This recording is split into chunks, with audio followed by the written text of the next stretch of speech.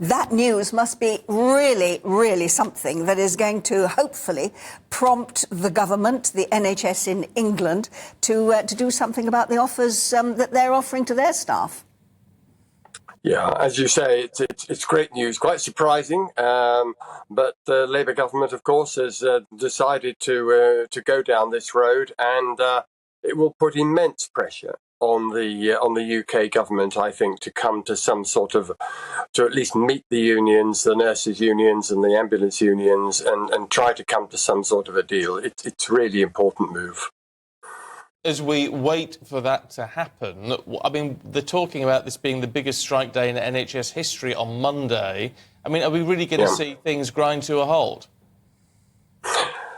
I don't think they're going to grind to a halt, but you know, the NHS is in a pretty desperate situation. I think everybody realises that. I mean, even the Prime Minister, in an interview he did, I think, yesterday or the day before, said he had real sympathy, and he sounded like he meant it.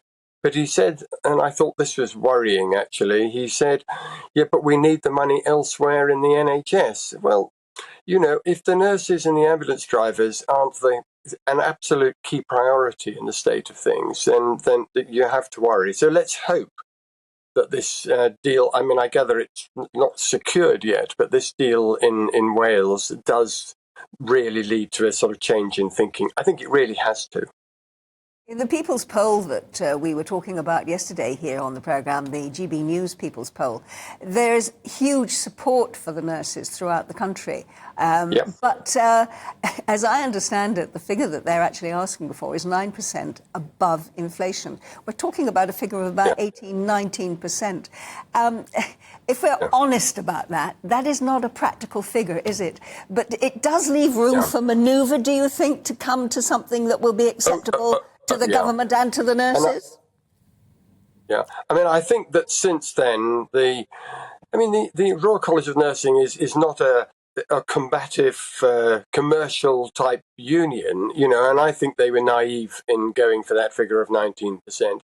And I although it was well worked out on the basis of falling standards of pay in nursing and all the rest of it, I think they have actually said since that they were prepared to come down to a lower figure if they were able to get round the negotiating table and talk about pay. So I think they've already shown some preparation, being prepared to move, and now I think the ball is in the government's court, and they have to do something. We've also seen the actual leaders of the NHS, the top management people, saying they too are at the end of their tether and coming out and saying something has to be done, not just for today, but for the long-term future of the service, which needs a really good costed workforce plan and a lot more, and everything's stuck at the moment. But that's the problem, isn't it? The settlement, even the settlement in Wales, really is a sticking plaster solution, isn't it? It solves the problem, some of the problems for the staff of today, but what it doesn't solve is any of those long-term problems that you allude to. Yeah, no, absolutely. It's been a long-term decline in standards for the nurses and people like ambulance workers, and one of the things. I mean, of course they are worried about their salaries, but it's a feeling of lack of recognition of the work that they do, and then you see, and they look at other workers in the NHS who are desk bound, who are working normal days, and they're working 8 or 12-hour shifts without breaks, and they say, why can't we get better recognition for what we do? And as a result of this, people are leaving in droves, and so you really do need a long-term costed workforce plan, and the government has to really get stuck into that and come up with money to enable the workforce to be built. I mean, they talk about recruiting at the moment, but as soon as they recruit, people are leaving. So it's a really crucial issue. Andrew, I was talking to somebody from the Royal College of Medicine recently, and we were discussing the fact that actually probably what is required at the moment, and this is not an original idea, people have come up with it before, that actually from what was first established back in the 1940s by Nyren Bevan is something that needs to be looked at again. And actually, because the NHS is in such a parlous state at the moment, the whole thing needs to be looked at again.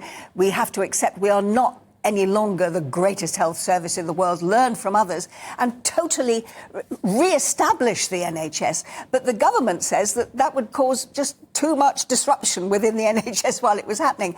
But is there again a compromise in this where actually we've got to stop pretending that it works and really take a radical look at what the NHS should be for the 21st and 22nd century? I mean, I think this is showing that does need to happen. Really, but I mean, the trouble is there's been so many reorganisations and disreorganisations of the NHS that people are dreading the thought of another one. But I think you're right. You've got to really step back and look at it from the beginning. And of course, Conservative governments are always the most concerned about this because they'll be accused of wrecking the NHS. It tends to be Labour governments, perhaps surprisingly, who have been more reforming of the NHS over the years. And if they're going to do that, they've got to try and get some sort of cross-party consensus. Otherwise, it's just going to continue to be a political battle, for which our great health service will suffer.